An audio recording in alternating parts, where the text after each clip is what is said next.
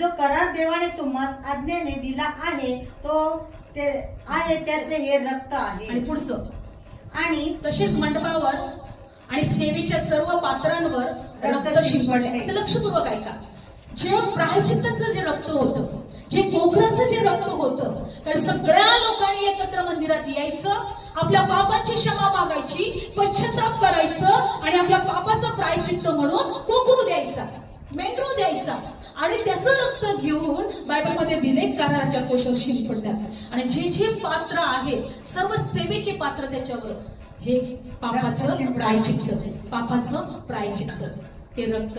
कारण बायबल सांगतं की पाप ओतल्या वाचून पाप क्षमा होत, माफ करा, रक्त ओतल्या वाचून पाप क्षमा होत नव्हते.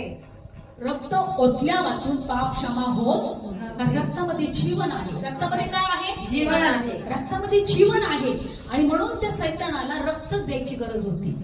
आज तुम्ही अंधकारची शक्ती बघितली तर बळी दिले जातात. अंधकारच्या राज्यात बळी दिले जातं, रक्त सांडवलं जातं.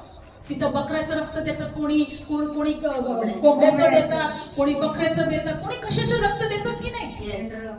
हा, नवसामध्ये पण रक्त दिलं जातं. माझा असं नवस आहे, माझं ते नवस पूर्ण करते बाबा, मी तुला हे देईल ते देईल. काय हे कोंबडा कापेल, बकरा कापेल, हे कापेल, हे रक्त द्यायला लागतं. हे कोणाला रक्त देत आहे? शैतानाला. सैतानाला रक्त देत आहे. बायबलमध्ये दिलेलं आहे की पाप क्षमा होत नाही रक्त ओतल्या वाचून. आणि हे रक्त कुठं शिंपडलं जात होतं? कराराच्या कोशावर. Praise the Lord. आता आपण काय शिकत आहोत? मोशेचा जो मंडप होता, मंदिर होतं, हे चालतं फिरतं होतं आणि त्याच्यावर पण अशा प्रकारे प्रायश्चित्त केलं जात होतं.